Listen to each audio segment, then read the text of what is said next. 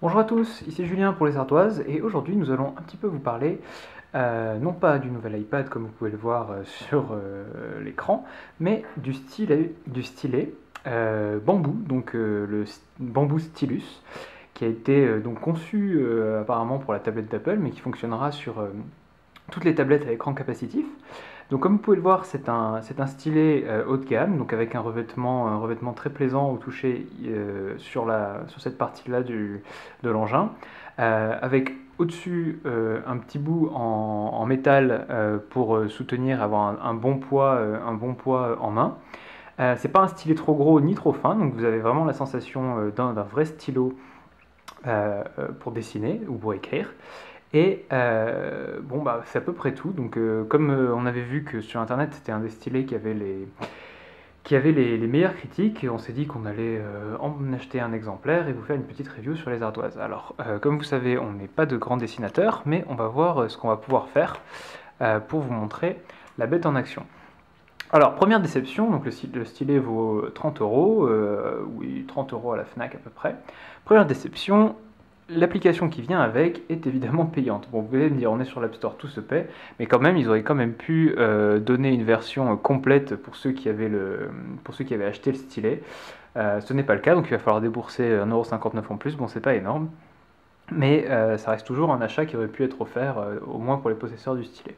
Donc quand vous entrez dedans, vous avez un carnet. Donc voilà, j'ai réinitialisé l'application pour vous montrer exactement tout ce qu'on voit la première fois qu'on l'a en main. Donc voilà. Donc vous allez avoir un stylet et donc il va vous demander si vous êtes gaucher ou droitier. Donc moi je vais écrire droitier. Et donc voilà, vous allez avoir une espèce de carnet de bord avec absolument tout ce que vous pouvez faire avec un stylet et une application de dessin. Donc il n'y a pas vraiment de surprise, hein, c'est assez performant. Comme vous pouvez voir, le stylet en lui-même est très très bien reconnu sur la surface de l'écran. Il est possible de surligner de souligner sans aucun problème tout ce que l'on voit affiché. Donc on va faire un nouveau dessin pour que je vous montre un petit peu comment ça se passe. Alors le nouveau dessin, si je me souviens bien, non, ça c'est pour les exporter. Le nouveau dessin, où est-ce qu'il est? Effacer la page. Voilà. Donc là, on a une page blanche.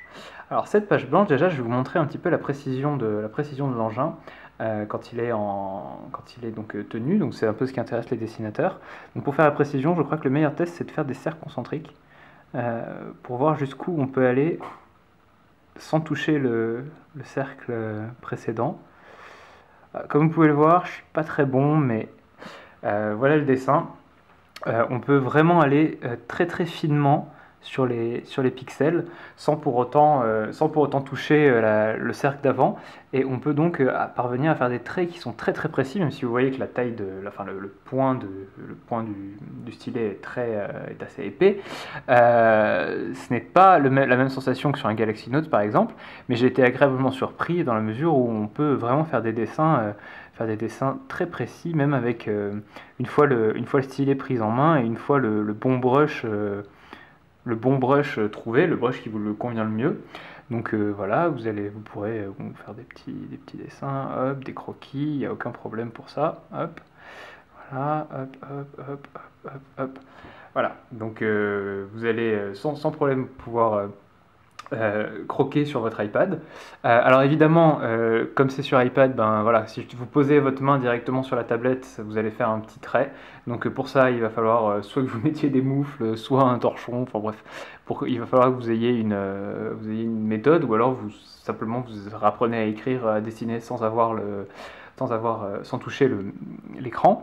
Alors voilà, donc on a quelques petits brushes, quelques petites applications. Donc ça c'est un surligneur qui va permettre de surligner les traits. Donc pareil, très précis. On va avoir une gomme, évidemment. Là, ça va vous permettre de revenir en arrière. Et vous allez pouvoir évidemment insérer des photos, par exemple. On peut même, je crois, en prendre une directement. Voilà, hop. C'est une table, c'est pas super joli. Voilà, on a pris la photo, on l'utilise et elle est en surbrillance sur le dessin. Donc voilà, donc cette photo-là, mettons qu'on va la mettre ici, on va commenter maintenant. Ah non, là je suis sur la gomme. Donc on va commenter, on va dire, hop, ceci c'est une table.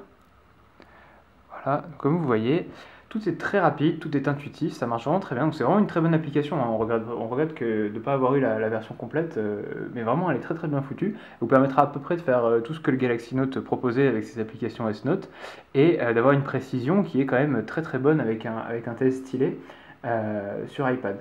Donc qu'est-ce qu'on peut vous montrer d'autre? Parce que là on était sur l'application officielle. On va vous montrer Paper, évidemment. Donc Paper, bon, je me suis amusé un peu à dessiner sur ce carnet, je crois. Donc voilà, quelques petites formes, quelques petits dessins qui ont été faits à la va-vite. Mais tout ça pour vous dire que Paper fonctionne aussi extrêmement bien. Donc ce sera plutôt dans ce mode-là, hein, Paper, plutôt en mode paysage qu'en mode portrait. Mais pour vous montrer un petit peu, on va l'utiliser comme ça quand même. Donc vous allez avoir évidemment tous les brushes possibles et imaginables et la même chose, hein, donc la réactivité est très bonne. En fait, si vous voyez, le trait suit le stylet à quelques millimètres, hein, on n'est vraiment pas gêné par ça. Et autant on avait pu voir les projets de Microsoft qui essayaient d'abandonner cette latence entre le stylet et le trait, autant là, qu'on aille vite ou lentement, on peut s'apercevoir que le trait est vraiment directement derrière le stylet. Donc il y aura sûrement un temps d'adaptation pour les dessinateurs les plus talentueux d'entre vous, mais on ne pense pas que ça soit vraiment pénible si vous voulez vous mettre au dessin tactile avec un stylet bambou, hein. Et sur des applications comme ArtRage, ça marche d'autant mieux que vous avez des dizaines de brushes possibles et imaginables. Alors à l'usage, comme je dis, je ne suis pas dessinateur, mais le stylet est vraiment, vraiment très plaisant. Il m'a même donné envie de dessiner, donc c'est assez rare pour être noté. Et les applications sur iOS sont suffisamment bien foutues et vous avez suffisamment d'applications de qualité sur iOS pour parvenir à faire de très jolies choses avec les brushes.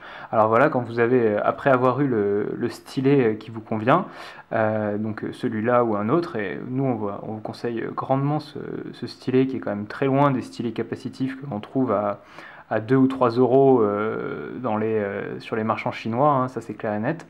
Après avoir eu ce stylet en main, ben, il vous suffira de choisir le brush qui vous plaît le plus et de vous y faire, parce que évidemment il y a un apprentissage du côté du stylet, mais il y a aussi un apprentissage du côté des outils software.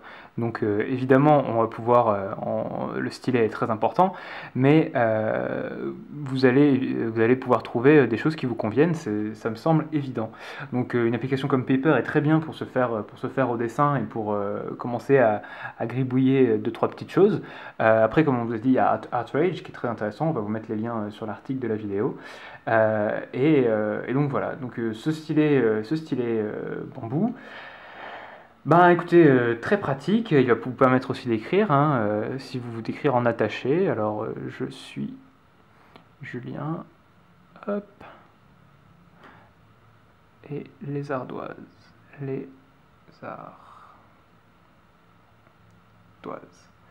voilà. Donc il va vous permettre d'écrire en attaché, il va vous permettre d'avoir de belles possibilités d'écriture, de dessin. Donc pour 30 euros, c'est vraiment un très bon achat, je regrette absolument pas. Et ça va peut-être motiver certaines vocations cachées en vous.